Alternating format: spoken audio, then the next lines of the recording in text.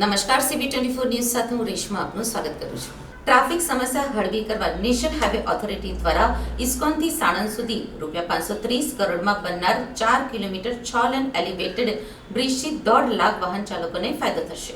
સાણંદથી ગાંધીનગર જવામાં વાહન ચાલકોને ટ્રાફિક સમસ્યાનો સામનો કરવો પડે છે.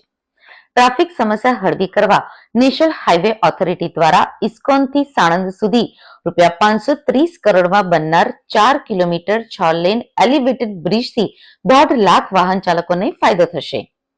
એલિવેટેડ બ્રિજના લીધે વાહન ચાલકોને YMCA, કર્ણાવતી, પ્રહલાદનગર સર્કલ નહીં નડે અને આ વિસ્તાર તરફ જતા વાહન ચાલકો માટે રેમ્પ પણ બનશે. આગામી 2 વર્ષમાં કામ પૂરું થઈ જવાનો ઓથોરિટીએ દાવો કર્યો છે. નેશનલ હાઈવે ઓથોરિટીના જણાવ્યા અનુસાર ઇસ્કોનથી સાણંદ સુધીના 4 કિલોમીટર લાંબા એલિવેટેડ કોરિડોરથી 6 લેન અને 27 મીટર પહોળો હશે. સિંગલ થાંભલા પણ બનનાર બ્રિજ પર કેમેરા અને આધુનિક ટેકનોલોજીથી વિશેષ આયોજન કરાશે. એટલું જ નહીં, હાલ YMCA, કર્ણાવતી અને પ્રહલાદનગર સર્કલ ઉપર ટ્રાફિકના લીધે ઘણીવાર ઘણો સમય જતો હોય છે. જે બ્રિજ બન્યા પછી સર્કલ પરથી એલિવેટેડ બ્રિજથી સીધા જ ગાંધીનગર કે વચ્ચે આવતા વિસ્તારોમાં રેમ્પ મારફત જઈ શકાશે. બ્રિજની નીચે પાર્કિંગની વ્યવસ્થા પણ રહેશે, જેથી કરીને ખાણીપીણીના સ્ટોલ ઉપર જવા માટે લોકો સરળતાથી પાર્કિંગ કરી શકશે. વિશાલાથી નારોલ અને નારોલથી સરખેજ એલિવેટેડ બ્રિજ માટે ₹1200 કરોડ ખર્ચાશે. હાલ વિશાલાથી નારોલના બ્રિજ ઉપર હાલ સતત ટ્રાફિકની સમસ્યા રહે છે. ટ્રાફિકની સમસ્યા હળવી કરવા મુખ્ય બ્રિજ બંને બાજુ 6 અને 6 લેન મળીને કુલ 12 લેનનો 500 મીટર લાંબો અને 42 મીટર પહોળો ઓવરબ્રિજ બનશે.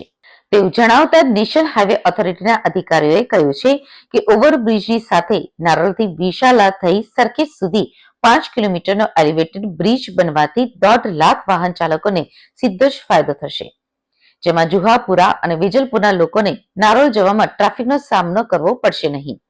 એ ઉપરાંત વાસણા, પાલડી અને વેજલપુરના લોકોને સરખેજ જવામાં પણ વિલંબ નહીં રહે. ટેન્ડરિંગ પ્રોસેસ થઈ ગઈ છે. ટૂંક જ સમયમાં કામ ચાલુ થશે. આગામી 2027માં કામ પૂર્ણ થશે. નેશનલ હાઈવે ઓથોરિટી દ્વારા ગોતાથી વૈષ્ણોદેવી પાસે છારોડી નર્મદા કેનાલ પરના બ્રિજ ઉપર સતત ટ્રાફિક સમસ્યા જોવા મળે છે. ઘણીવાર તો ટ્રાફિકના લીધે વધુ સમય પણ જાય છે. ટ્રાફિક ઘટાડવા માટે છારોડી નર્મદા કેનાલ ઉપર મુખ્ય બ્રિજની બંને બાજુ 4 લેન મળીને કુલ 8 લેનનો ₹80 કરોડના ખર્ચે 60 મીટર પહોળો ઓવરબ્રિજ બનશે, જેનું ટૂંક સમયમાં જ કામ શરૂ થશે.